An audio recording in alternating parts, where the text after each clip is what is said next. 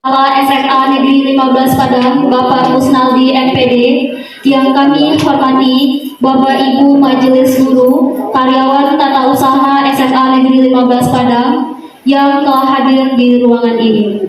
Alhamdulillahirabbil alamin, puji syukur kita ucapkan kehadirat Allah Subhanahu wa taala yang telah senantiasa melimpahi kita semua dengan berkah, rahmat, nikmat dan karunia-Nya hingga kita semua bisa hadir di dalam ruangan ini dengan keadaan sehat dan berbahagia.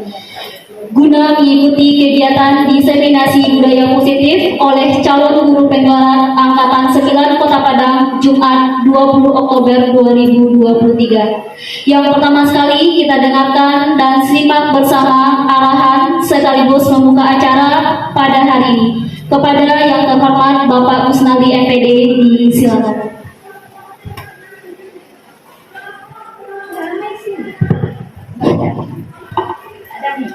Bismillahirrahmanirrahim. Assalamualaikum warahmatullahi wabarakatuh. Waalaikumsalam warahmatullahi wabarakatuh. Alhamdulillahirabbil alamin. Puji syukur kita pulangkan kehadiran Allah Subhanahu wa taala.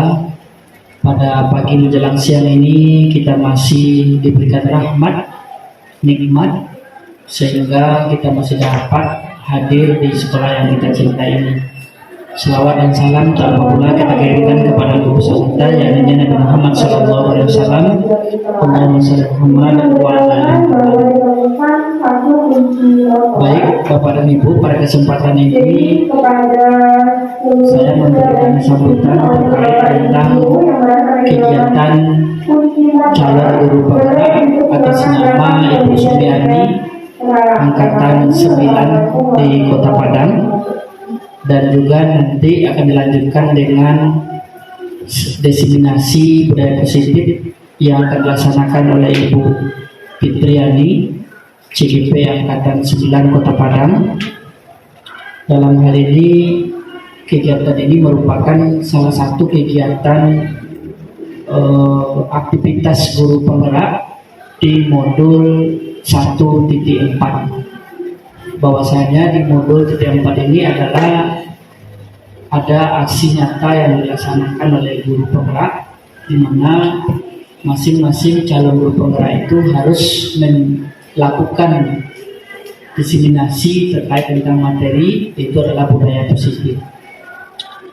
Artinya ada sesuatu karya yang dibuat oleh calon guru penggerak dan karya itu didiseminasikan.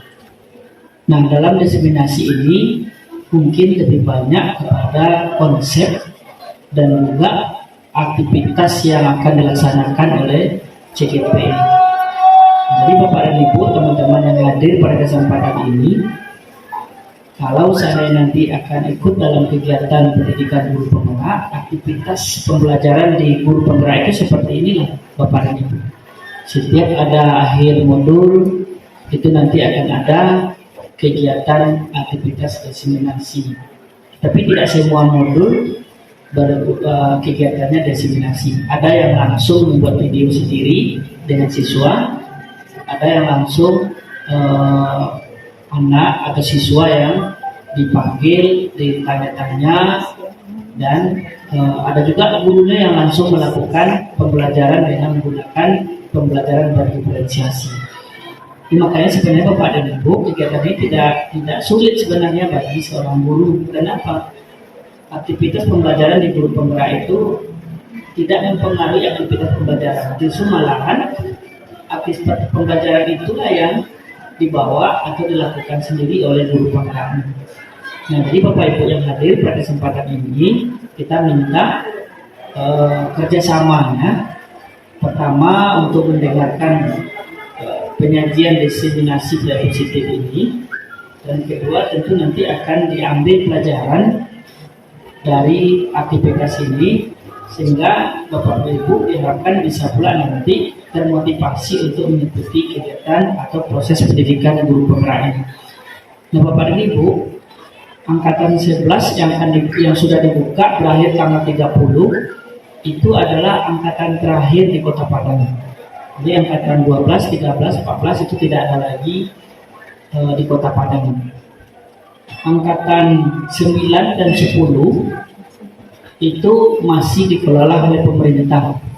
Angkatan 11 itu akan dikelola langsung oleh Pemda. Ya.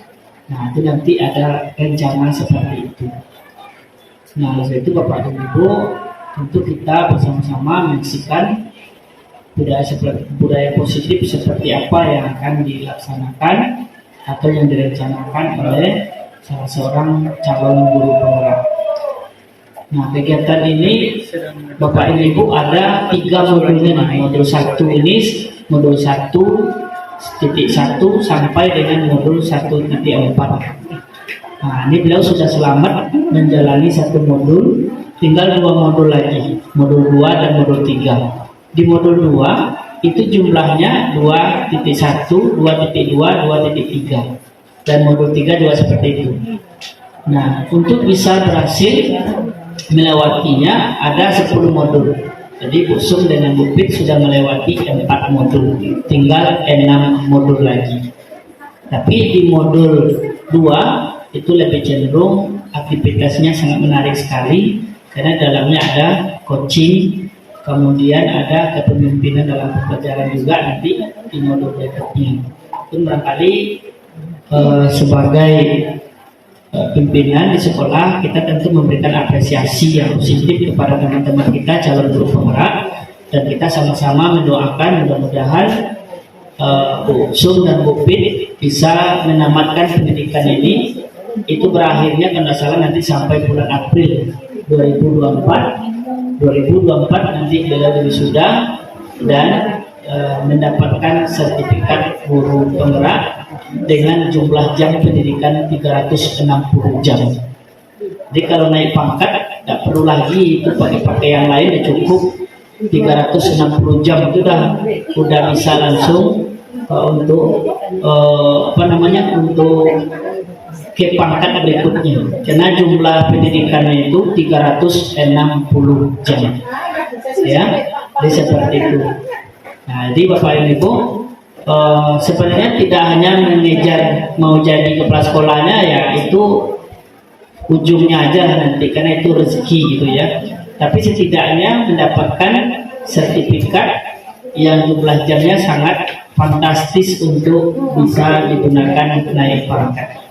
Ya, apalagi nanti ditambah dengan PP, karena nanti bagi yang lulus guru penggerak CGP, yang sudah lulus guru penggerak langsung mendaftar menjadi pengajar praktiknya, itu sudah bergaji Bapak Ibu. 1 kali periode itu, kalau saya dulu 1 kali periode mengajar guru penggerak itu 27 juta, ya. Nah, jadi kalau sekarang jadi fasilitator Bapak Ibu, saya sudah selesai melakukan mengajar di guru penggerak di Jawa Timur, sudah selesai tahun 2022 kemarin. Itu dikasih uang oleh pemerintah 33 juta. Ya.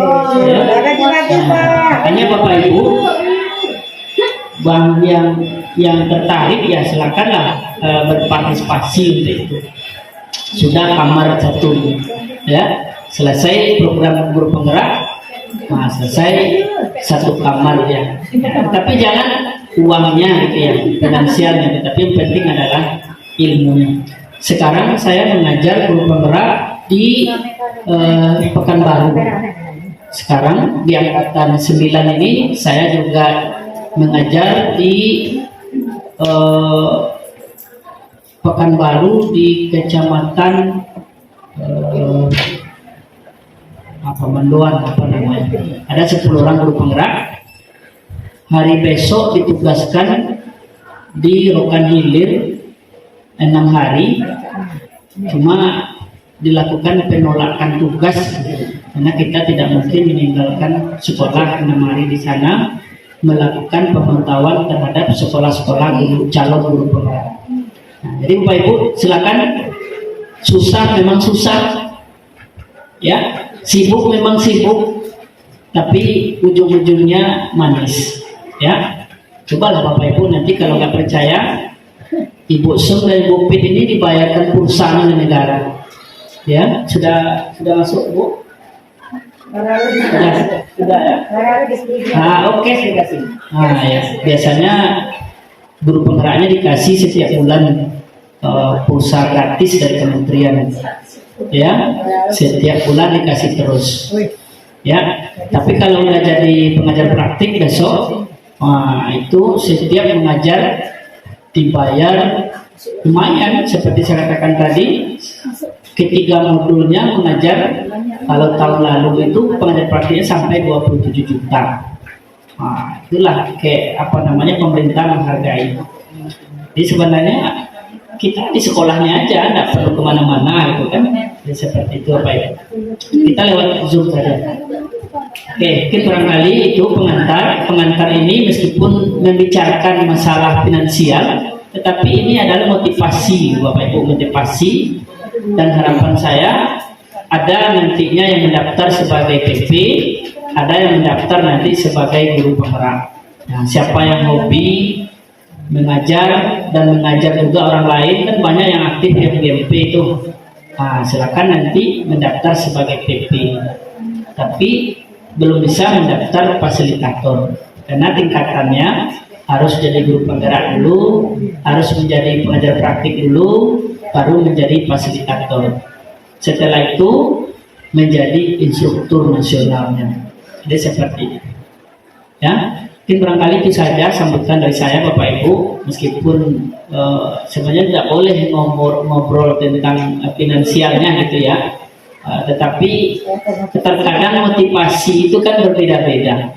Ada orang termotivasi karena ilmunya, ada juga termotivasi di samping ilmunya juga apa yang dapat. Karena hari ini orang bertanya, kalau saya ikut jadi guru penggerak, apa yang saya dapatkan? Wah, orang bisa bertanya seperti itu. Kalau sertifikat biasa, wah kan begitu orang. Tapi negara tidak main-main Bapak Ibu. Bagi yang ikut berkecimpung, itu kemarin guru penggerak diberangkatkan ke Bukit Tinggi, ya kan?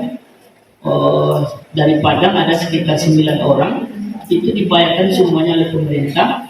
Kemudian satu harinya cuma duduk mendengarkan aja, dikasih pula uang hariannya.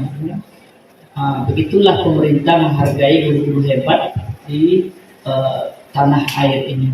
Jadi Bapak Ibu jangan, bagi yang masih punya kesempatan silakan Bapak Ibu untuk mendaftar, karena kesempatan itu hanya satu kali, ini tinggal lagi itu sampai tanggal 30 Oktober ya, sampai tanggal 30 Oktober. Setelah itu ditutup dan tidak ada lagi angkatan berikutnya di Kota Padang. Mungkin barangkali itu saja. Saya sudahi, wabillahi taufiq hidayah. Assalamualaikum warahmatullahi wabarakatuh.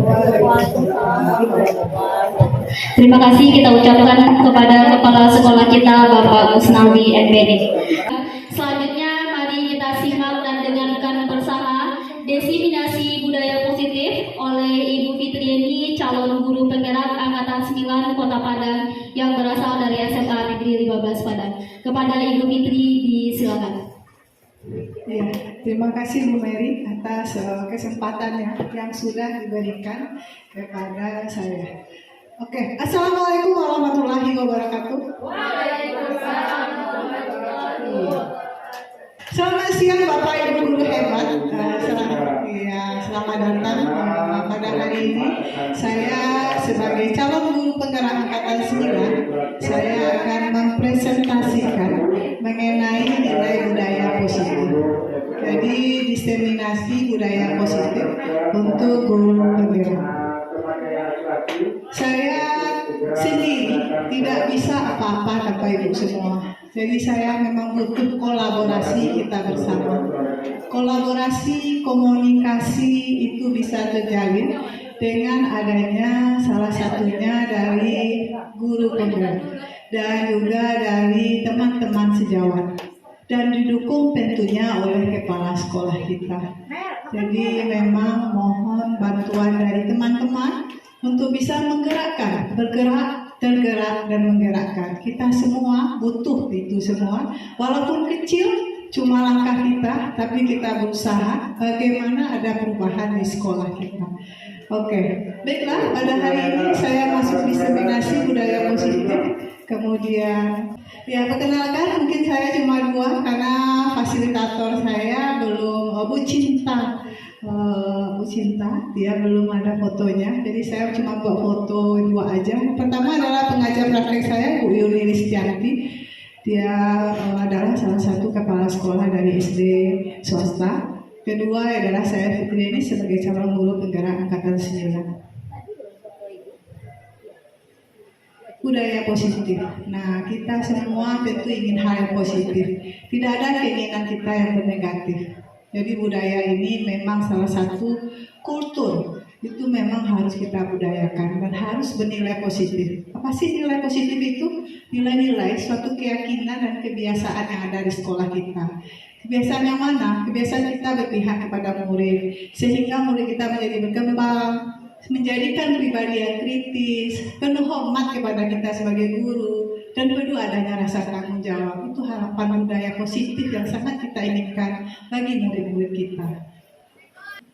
Ini contoh budaya positif yang sudah dilaksanakan di sekolah kita, sekolah penggerak. Sekolah penggerak angkatan pertama, di mana contoh budaya positif sudah teraplikasikan secara langsung ke sekolah kita. Yang pertama adalah kita lihat setiap pagi siswa atau murid kita bersalaman tangan dengan kita. Ketemu di jalan salaman tangan, menyapa sama kita. Selamat pagi Bapak Ibu. Itu adalah contoh budaya positif yang sudah teraplikasikan. Yang kedua, pada hari Jumat kita pagi hari melaksanakan kultum pagi. Kemudian sholat Jumat berjamaah di masjid kita. Kemudian juga kita sudah melaksanakan jiwa gotong royong. Itu juga sudah mulai kita tanamkan kepada anak didik kita bagaimana berbudaya positif yang baik tentunya. Konsep budaya positif. Konsep budaya positif ini ada 8 item yang harus kita pahami. Apa saja itu sih? Yang pertama adalah bagaimana kita membuat paradigma yang baru. Paradigma itu apa? Pemikiran kita yang baru. Bagaimana kita menuangkan konsep-konsep yang dimana kita berharap adanya kebiasaan-kebiasaan kepada anak didik kita yang baik. Itu yang harus kita harapkan. Yang kedua adalah disiplin positif. Kita ingin anak-anak didik kita mempunyai jiwa disiplin. Harapan kita tentu harapan murid kita juga nantinya. Yang ketiga, kita mempunyai motivasi. Motivasi ini ada dua. Ada dari dalam, ada dari luar. Bagaimana motivasi itu ada dengan siswa kita tentunya. Yang keempat adalah nilai-nilai kebajikan. Nilai-nilai yang ingin kita tanamkan kepada siswa kita tentunya. Yang kelima, posisi kontrol kita sebagai seorang guru. Bagaimana seorang kita bersikap? Bagaimana kita berperilaku kepada anak didik kita. Yang keenam adalah kebutuhan dasar manusia.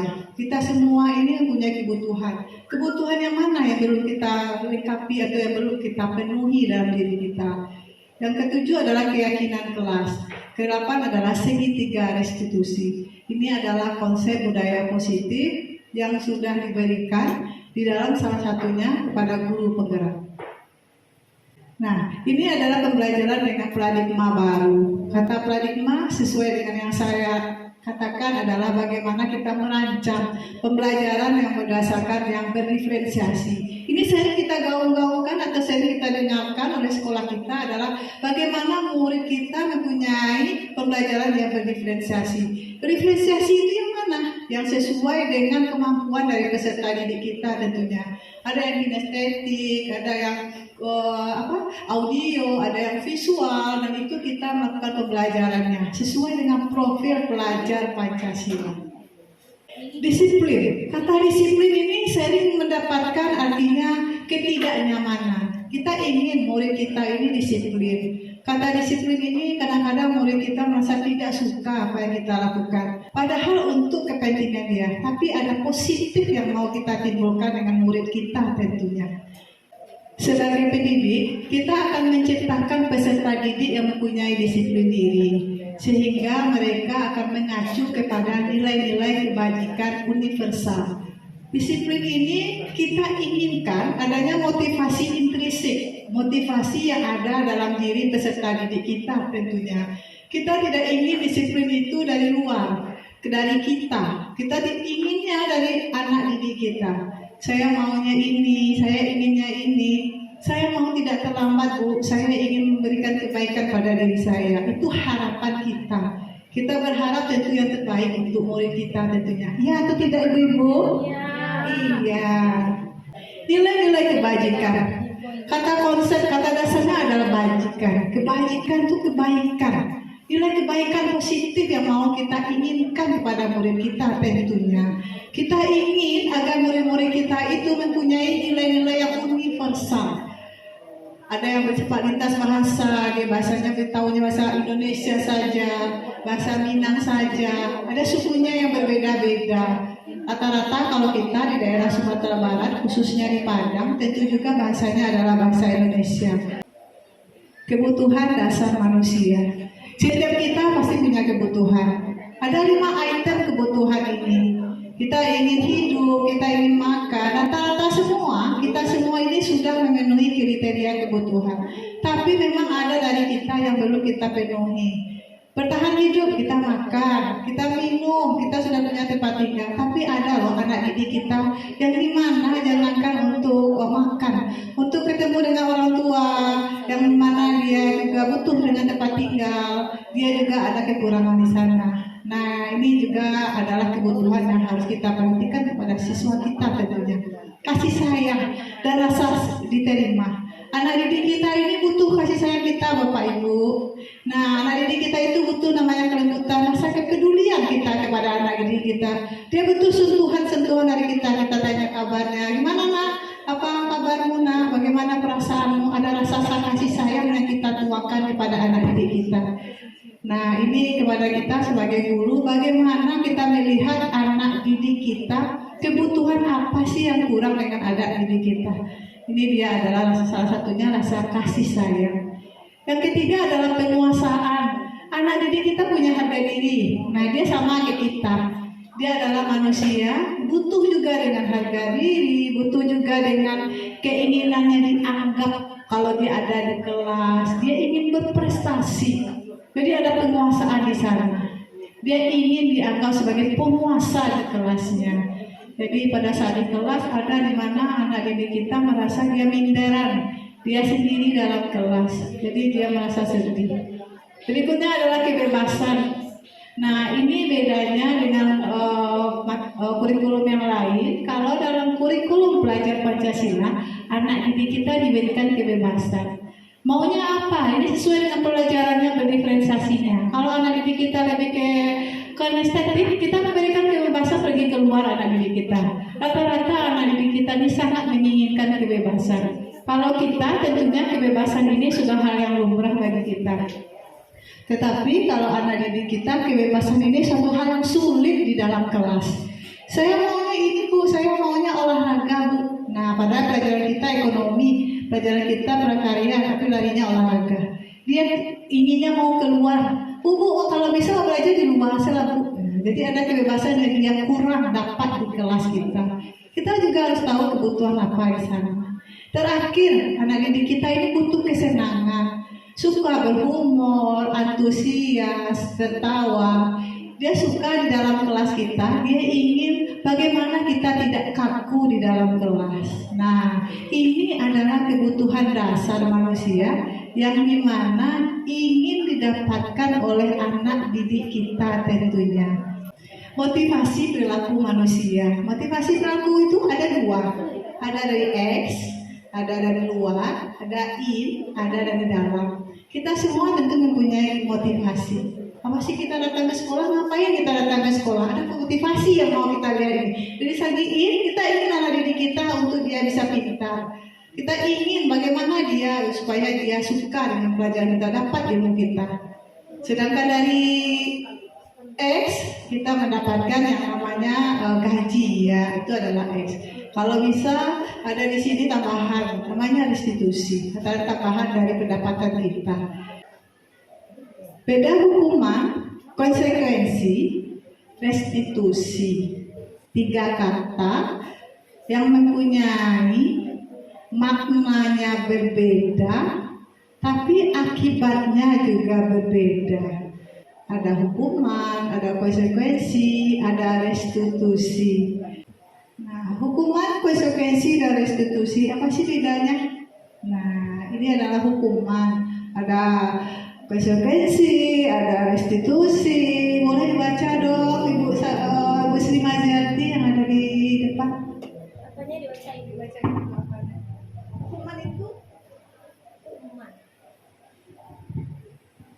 hukuman itu ciri-cirinya tidak terencana atau tiba-tiba, murid tidak tahu apa yang akan terjadi atau dilibatkan, bersifat satu arah, dan berupa hukuman fisik atau psikis. Sri Majati, memang kalau hukuman ini lebih ke satu arah. Kita lihat teman kita pada saat teman kita sebagai pembina atau sebagai piket, pada saat dikasih hukuman kamu berdiri ya. Nah, padahal anaknya nggak suka, itu adalah sejenis hukuman. Yang kedua adalah mengenai konsekuensi. Apa sih hukuman itu sama nggak dengan konsekuensi? Mohon dibaca. Sedangkan konsekuensi yaitu terencana atau disepakati sesuai peraturan. Kemudian murid tetap dibuat tidak nyaman. Selanjutnya sikap guru selalu memonitor murid. Terima kasih ya Bu. Memang konsekuensi itu adalah kesepakatan. Memang dari awal kita sudah mesepakati. Kalau memang terlambat anak ibu apa sih yang mau dilakukan? Ya Bu, saya ini Bu, saya kalau terlambat saya bersedia dihukum Bu. Itu adalah kesepakatan. Itu namanya konsekuensi. Yang terakhir ada restitusi. Mohon dibaca Ibu. Selanjutnya, restitusi mempunyai ciri-ciri. Yang pertama, proses menciptakan kondisi bagi murid untuk memperbaiki kesalahan. Yang kedua, proses kolaboratif yang mengajarkan murid untuk mencari solusi sendiri. Terima kasih Ibu atas sudah membacakan atas restitusi. Memang restitusi ini kita meminta dia maunya apa. Nah, kamu kalau terlambat kamu maunya apa? Kondisi yang dimana anak didik kita memperbaiki kesalahannya. Dia tahu salahnya terlambat. Apa sih yang mau bisa yang ingin dilakukan? Tapi sekarang kita sudah mulai mengaplikasikannya namanya restitusi. Itu adalah salah satu program dari Sekolah SMA Negeri 15 Padang. Iya, posisi kontrol guru. Iya, posisi kontrol guru di mana kita para guru ada 5 sikap yang kita dapatkan daripada guru kita. Rata-rata guru kita adalah penghukum. Saya sendiri itu awalnya termasuk adalah guru penghukum. Saya waktu sebelum mempelajari modul guru penggerak, di mana saya adalah menghukum siswa saya sesuai dengan kondisi keadaan yang sebenarnya. Kamu terlambat, hukumannya maunya apa? Silakan keluar dan tidak boleh masuk dulu awalnya. Atau hal-hal yang saya lakukan, bersihkan kelas atau apapun. Itu adalah hukuman yang dimana saya berikan kepada siswa saya.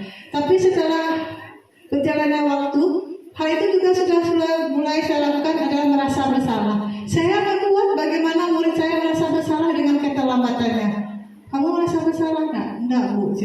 Nah, bagaimana kamu melakukan itu? Apa sih kekurangannya kalau kita terlambat? Saya bertanyakan lagi.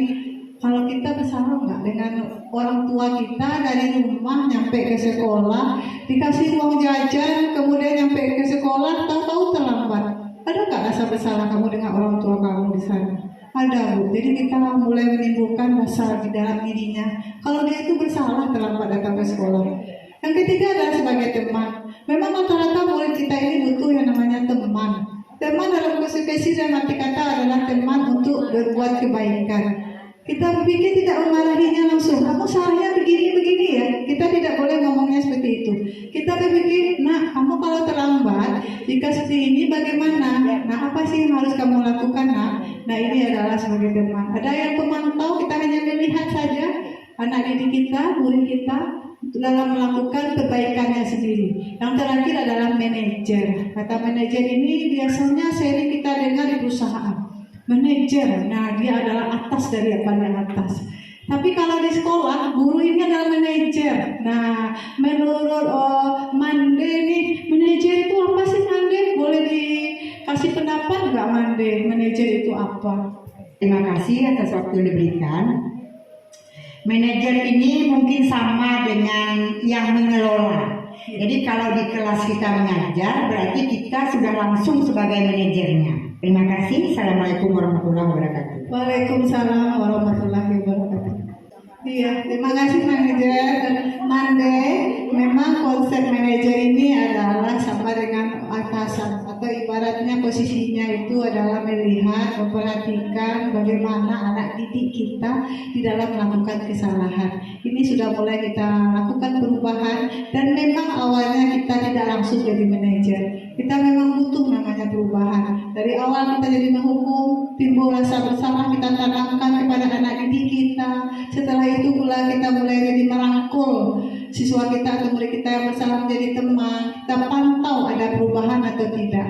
Terakhir kita lihat posisinya sebagai manajer. Kita balikkan lagi ke anak didik kita. Nah, kalau kamu seperti ini, bagaimana sih solusi yang kamu timbulkan? Kalau kamu terlambat, solusinya bagaimana?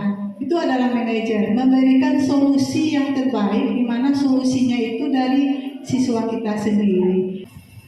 Ini adalah pembentukan keyakinan kelas. Keyakinan itu adalah kesepakatan. Memang kita harus melaksanakan keyakinan kelas ini. Dalam keyakinan kelas ini, paling tidak kata-katanya itu sedikit, ibu-ibu. Kata-katanya jangan terlalu banyak. Nah, pada saat awal kita masuk sekolah atau masuk dalam kelas kita memberikan atau membuat suatu keyakinan kelas yang mana kata-katanya mudah dipahami. Betul nggak, Bunda? Boleh cerita dong, Bunda, gimana keyakinan kelasnya waktu dibuat di dalam kelas? Kesepakatannya gimana?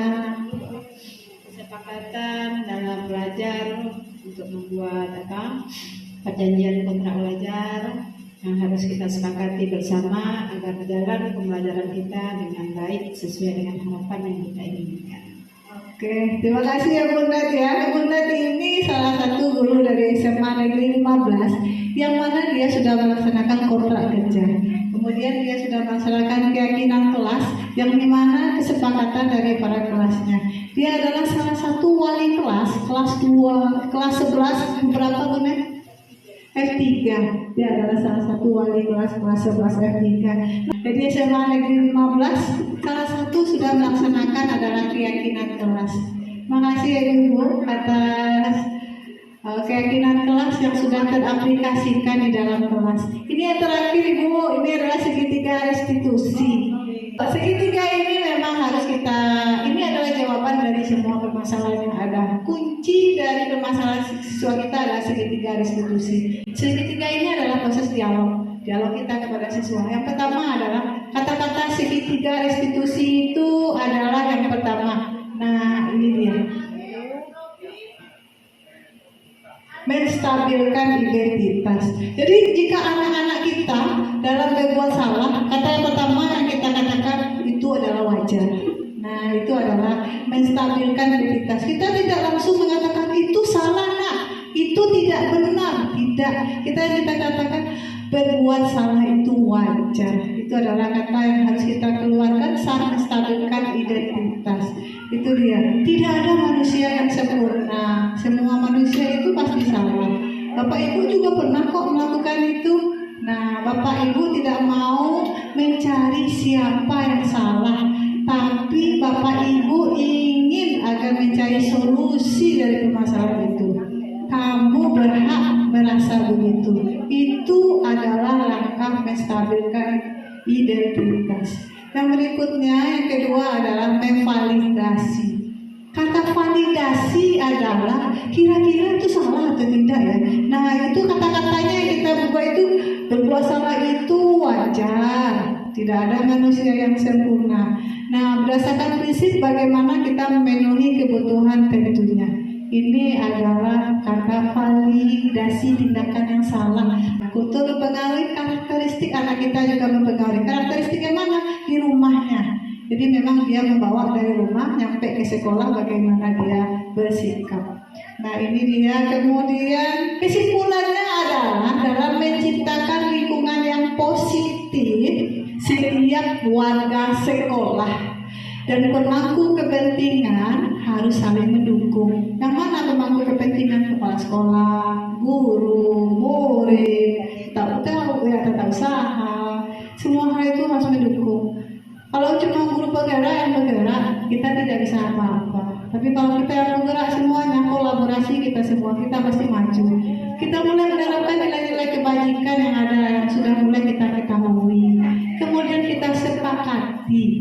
Nah, jadi kita sepakat ya, insya Allah SMA Negeri 15 maju bersama, semua. Itu dia pemaparan dari saya mengenai adalah nilai budaya positif. Terima kasih ya ibu-ibu semua. Alhamdulillahirobbilalamin. Semoga pemaparan saya ke depannya bisa bermanfaat bagi ibu semua.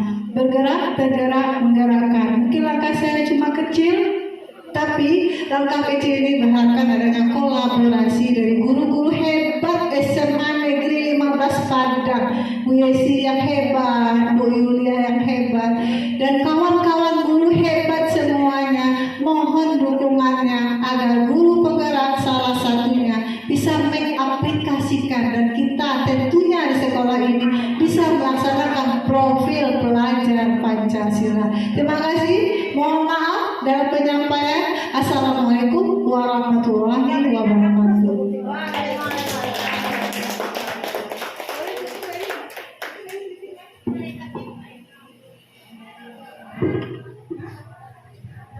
Baik, terima kasih kita ucapkan kepada Ibu Fitriani selaku calon guru penggerak angkatan 9 Kota Padang berasal dari SMA Negeri 15 Padang.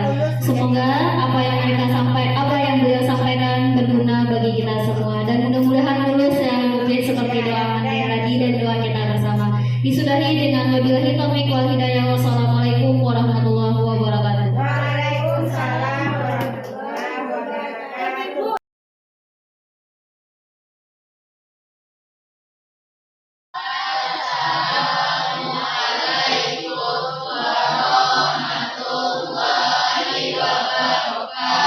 Waalaikumsalam warahmatullahi wabarakatuh. Nah, Nana Ibu semua, kali ini mau ambil absen dulu. Coba Gilang ada yang tidak hadir hari ini? Ada Bu, Siapa? Lutfi Radit Bu, Satrio Bu. Gimana kabarnya? Lutfi dia izin Bu. Dia sama itu juga izin Bu. Oke. sakit Bu. Ada suratnya nggak? Ada Bu. Makasih ya.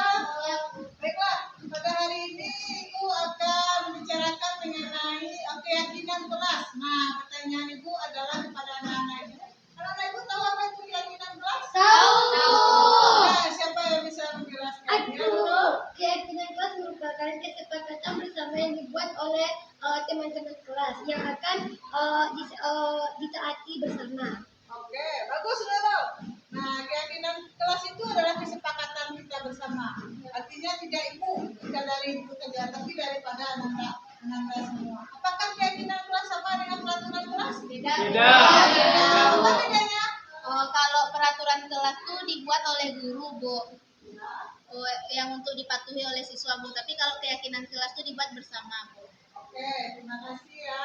Nah, ini adalah salah satu bentuk keyakinan kelas yang akan kita sepakati bersama. Nah, ini anak-anak Ibu semua, peraturan kelas itu beda dengan keyakinan kelas. Peraturan kelas itu yang dibuat oleh guru. Nah, biasanya murid hanya menyetujui saja. Sedangkan kalau keyakinan kelas itu adalah persetujuan yang dimana yang dibuat itu adalah guru dengan muridnya, artinya dari anak-anak Ibu semua. Ini adalah keyakinan kelas. Artinya ada nilai-nilai kebajikan yang mau kita dapatkan di sana. Nah, ini adalah contoh keyakinan kelas yang dibuat oleh lokal S1. Setiap anggota perlu belajar, perlu senang, perlu melakukan tugas, perlu saling menghargai dan perlu merasa aman. Nah, bagaimana dengan anak-anak Ibu yang 5? Bagaimana kita buat keyakinan kelas kita? Nah, siapa yang punya ingin atau punya ide untuk keyakinan kelasnya? Mengerjakan tugas Bu. Mengerjakan tugas. Mengerjakan tugas Bu. Mengerjakan tugas tepat waktu. Datang tepat waktu Bu. Datang tepat waktu. Tidak meribut dan belajar. Nah, tidak meribut saat belajar. Itu adalah keyakinan kelas. Nah, itu sepakat nggak dengan yang kita bicarakan? Sepakat. Jadi keyakinan kelas itu tidak usah banyak nak. Yang penting keyakinan kelas itu adalah yang kita sepakati saja. Jadi yang pertama adalah keyakinan kelasnya. Mengerjakan tugas. Ya, mengerjakan tugas tepat waktu. Itu adalah keyakinan kelas yang pertama. Yang kedua, keyakinan kelasnya adalah apa? Mematuhi peraturan. Mematuhi peraturan, betul. Itu adalah keyakinan kelas yang kedua. Yang ketiga, Datang tepat waktu. mengerjakan tugas tepat waktu dan belajar yang menyenangkan ya. Iya. Ya, terima kasih ya untuk anak-anak ibu semua. Bagaimana? Apakah kita sepakat? Sepakat. Terima kasih ya. Tentu ini adalah salah satu keyakinan kelas yang sudah kita sepakati. Terima kasih. Assalamualaikum warahmatullahi wabarakatuh.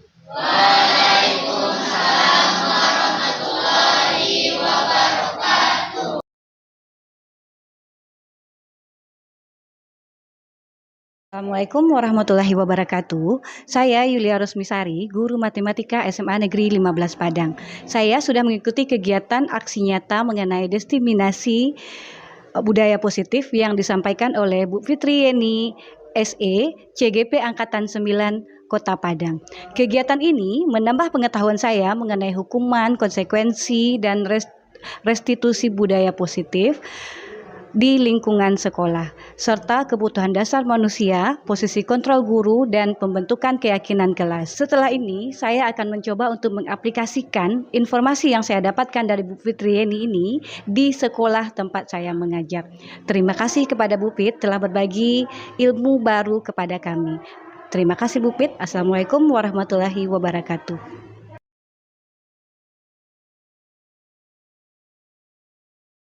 Assalamualaikum warahmatullahi wabarakatuh. Saya Fitri Yeni, calon guru penggerak Angkatan 9. Saya mengucapkan alhamdulillahirrabbilalamin, saya sudah melaksanakan aksi nyata dengan modul 1.4, di mana saya sudah mengadakan kolaborasi dengan guru yang ada di SMA Negeri 15 Padang. Kemudian saya sudah melaksanakan keyakinan kelas di salah satu kelas di kelas 12 F4. Semoga nantinya ke depannya aksi nyata yang saya lakukan ini akan lebih terpakai lagi atau digunakan lagi ke depannya untuk lebih baik lagi ke depannya. Terima kasih. Assalamualaikum warahmatullahi wabarakatuh.